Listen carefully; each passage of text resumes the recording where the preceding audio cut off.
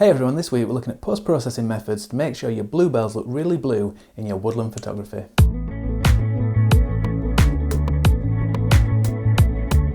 So it's that time of year again, the bluebells are out. It's great for landscape photography, woodland photography in particular. But have you ever noticed that if you go out during golden hour time, it can often make your bluebells look slightly purple or magenta? And that's because you've got the light shining through the slightly translucent petals, particularly if you've got a backlit scene. And that can really alter the look of your image. Rather than being the blue that you would associate with bluebells, you've got more of a pinky purple magenta look to your image. So today we're going to look at how you can alter that using post-processing and bring back more of the blue that you might associate with bluebells. I've got a great local area near me where there's some brilliant carpets of bluebells at the moment, and I went out there earlier in the week at golden hour time.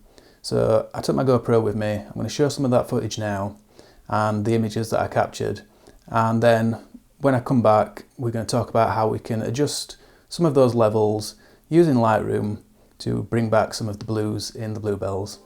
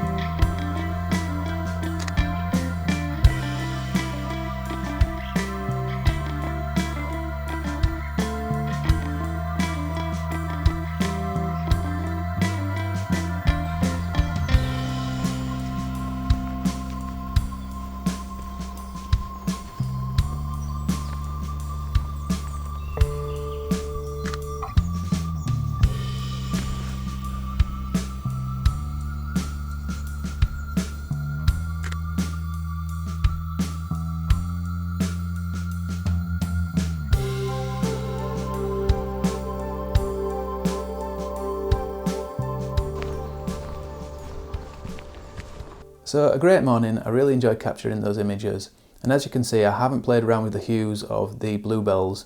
We've still got those pinky purple magenta colours in there, and it's important to say that you don't have to adjust these colours. There's no rule. As with any part of the photography process, it's completely up to you how you create your images, and if you like those pinky purple tones then stick with them. To be quite honest, I do really like them as well, and often I choose not to change them. But if you have got those pinky purple tones and you prefer not to, you are probably going to have to look at post-processing methods of how to remove them or change them. So we're going to dive in now, have a look in Lightroom at some ways in which we can change those colours. So as you can see, I'm using Lightroom to edit this image, but a lot of the features that I'm going to use will be present in other software, so hopefully you can apply these principles to whatever you're using. And this image has been edited. I've mainly played around with the tone, a little bit of white balance, and I have adjusted the colours of the trees because the yellows and oranges were a little bit too green. If I just turn that off, you see what they were like before. So I've just brought those down a little bit, but what I haven't done is adjusted the colour of the blues or magentas or purples. So you can see here we do have some of that purple colouring in the Bluebells, and we're just going to play around with the hue, saturation and luminance sliders to try and adjust that. So I probably don't need to adjust the blue. You see, if I do that, we start to introduce cyans, or if I go the other way, we'll start to introduce more magentas. What I do need to adjust is the purple slider. So if I just come to the left, I don't want to come too far, but I just want to take away that purple look and just introduce more blue. And I'll do the same with magenta, just bring it to the left. And you see we've got much more blue there now compared to how it was before. So that's before and with the adjustments. But that is looking a little bit too saturated now. So what I'm going to do is bring down the saturation of the blue and the purple and also the magenta. And that's not looking too bad, but what we can do to really turbocharge that blue is adjust the white balance. Now if I adjusted the white balance on the whole image by bringing it down to a cooler temperature, you see that does really make the Bluebells bluer, but we've also lost a lot of that nice golden hour light on the trees. So what I want to do is just create a linear gradient mask and apply that to the bottom of my image. And now when I adjust the temperature, I'm just affecting that bottom half of the image. So I don't want to go crazy with this. I'm just going to bring it down a touch. So around about there.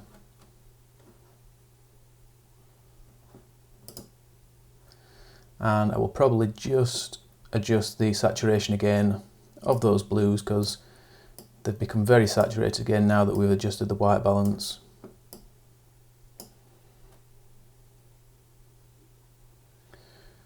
And there we go. So fairly quick and easy method using the hue saturation. I didn't really use the luminance slider, but you can adjust that as well if you want to slightly darken those blues or brighten them.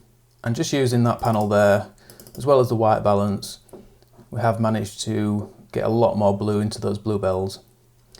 There is another method that we can use. If I just go back to my purple image, if I open this up in Photoshop, so I'm going to press Command and E on my keyboard.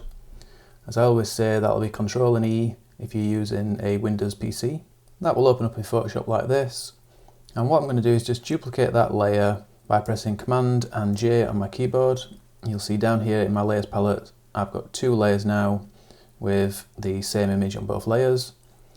And I'm going to press Command and U on my keyboard. That brings up this panel here. This is hue and saturation. And what I can do now is change the hue, saturation and lightness like we did in Lightroom. But what I'm going to do is target just the blues to start with. Now, like I said, you don't want to adjust the blues too much. I'm just going to bring them down just very, very slightly to the left. And then I'm going to choose magentas. And you see that's where a lot of the work happens, by bringing down those magenta colours and making them more blue. So if I turn it off, you can see the purple magenta colours there. Turn it on, and we've turned those to blue. We can adjust the saturation as well by bringing that to the left. I might just do that with the blue as well. And again, that's looking fairly good. But what we're going to do now is go to Adjustments, apply a photo filter, and we want to choose a cooling filter. So there are different ones in here. Just have a look, see which one looks best for your image. You can also choose your own colour by clicking in the colour area and then choosing your own colour in here. I'm just going to choose one of the stock ones, perhaps that one there. Now again, what that's done is it's applied it to the whole image, and we have lost a lot of that golden hour light in the top half of the image. But what we can do is just click on this little white area in our photo filter layer, and that is a mask. And if we go to the gradient tool here on the left, we've got black as our primary colour selected just down here. And if I draw a gradient like this, you can see what that looks like.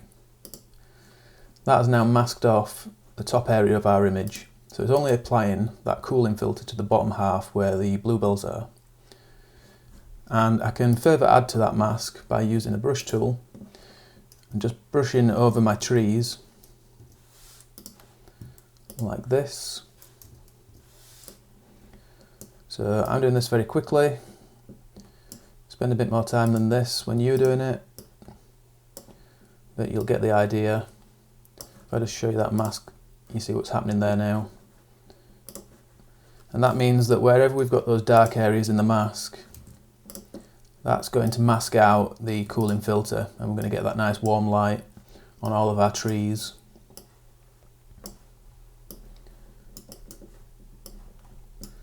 And finally, I'm just going to adjust the opacity of this layer so that the effect is not too strong.